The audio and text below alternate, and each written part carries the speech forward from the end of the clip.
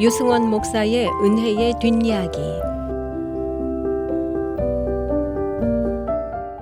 오하이오의 마운트 버넌 나사렛 대학교 총장으로 섬기다 은퇴하신 레브론 페어뱅크스 박사의 이야기입니다. 제가 오래전 그분의 설교를 통역하면서 들었던 간증입니다.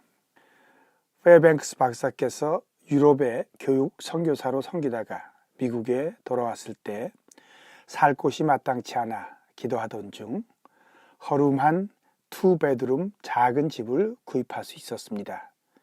많이 헐었지만 자신의 재정 능력으로 구입할 수 있었고 수리와 단장을 거쳐 아늑한 생활 공간이 되었을 때 가난하던 그에게는 기적에 가까운 은혜였기에 하나님께 참 많이 감사했습니다.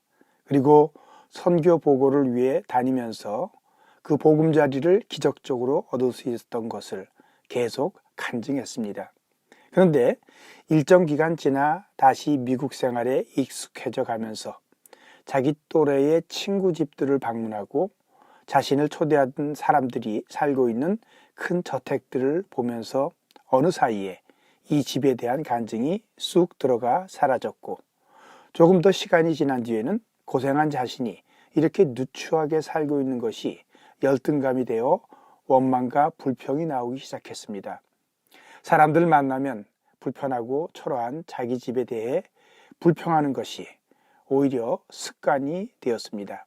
근데 어느 날 기도하던 중 괜히 서러운 마음이 들어 하나님께 생활 환경에 대해 하소연을 하는데 또렷하게 마음속에 들려오는 하나님 음성이 있었습니다.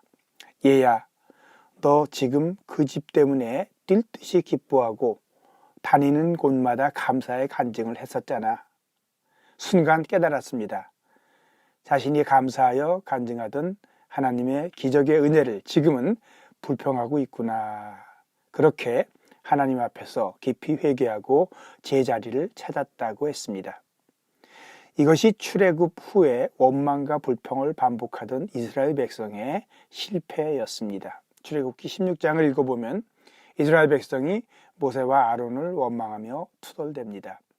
우리가 애굽 땅에서 고기 가마 곁에 앉아있던 때와 떡을 배불리 먹던 때에 여호와의 손에 죽었더라면 좋았을 것을 너희가 이 광야로 우리를 인도해내어 이 온 회중이 줄여 죽게 하는도다. 이게 뭔가요? 하나님의 은혜를 불평하고 있습니다. 하나님께서 자신들을 구원하여 애굽에서 건져내신 것을 불평하고 있습니다. 다른 민족은 꿈도 꾸지 못할 큰 복을 불평하고 있습니다. 자신들이 간절히 원했던 일입니다.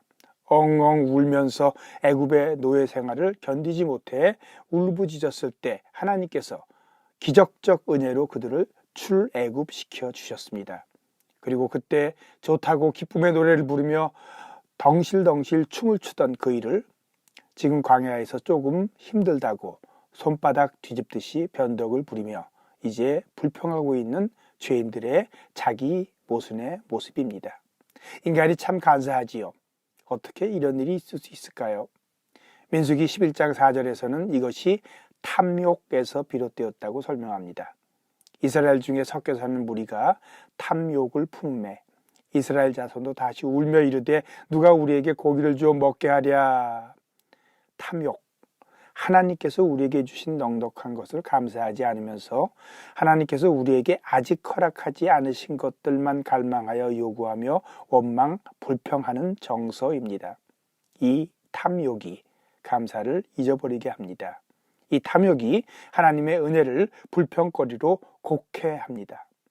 어쩌면 지금 전 세계 특히 우리 살고 있는 미국이 겪고 있는 고난은 하나님의 은혜를 불평거리로 바꿔버리고 하나님의 자리를 인간의 탐욕으로 대체한 죄악의 결과였는지도 모른다는 생각이 듭니다. 탐심을 내려놓으면 감사할 것을 감사하게 됩니다. 은혜를 불평하고 감사할 것을 원망했던 지난날의 실수를 반성하면서 원래 미국을 만든 추수감사절의 정신을 회복하는 저와 여러분이 되기를 기도합니다. 어려운 때이지만 참 감사의 정신으로 해피 땡스기빙의 시간을 가지시기를 바라며 축복합니다.